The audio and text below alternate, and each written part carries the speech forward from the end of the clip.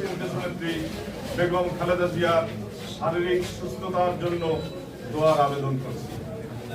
প্রিয় সাংবাদিক ভাইরা, আমাদের দলের চেয়ারপারসন দেশনেত্রী বেগম খালেদা জিয়ার শারীরিক এই বর্তমান অবস্থার সময় দলের ঐক্যের প্রয়োজন, কিন্তু দলের এই ঐক্য বিনষ্ট করে সাংবাদিক সম্মেলন করে জেলা বিএনপি মূলত দলের ঐক্য বিনষ্ট করে বিভাজনের রাজনীতি উস্কে দিচ্ছে।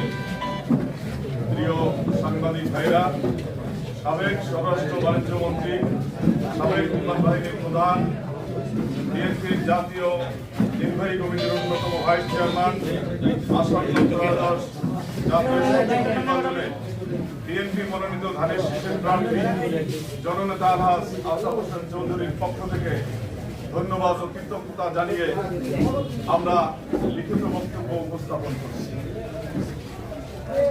প্রিয় সাংবাদিক ভাইরা, গত 27/11/2025 তারিখ বৃহস্পতিবার পটুয়াখালী জেলা বিএনপি কর্তৃক আয়োজিত সংবাদ সম্মেলন সম্পর্কে আপনারা অবগত আছেন।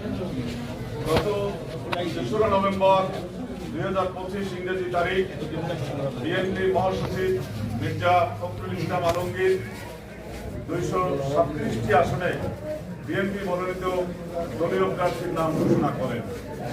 সাবেক স্বরাষ্ট্র বাণিজ্য মন্ত্রী, সাবেক বিমান বাহিনীর প্রধান, বিএনপির জাতীয় নির্বাহী কমিটির অন্যতম ভাইস চেয়ারম্যান জননেতা আলহাজ আসাদ হোসেন চৌধুরীকে আসন্ন ত্রয়োদশ জাতীয় সংসদ নির্বাচনে পটুয়াখালী 1 সদর মির্জাগঞ্জ দুর্কি আসনে দলীয় মনোনয়ন ঘোষণা করে।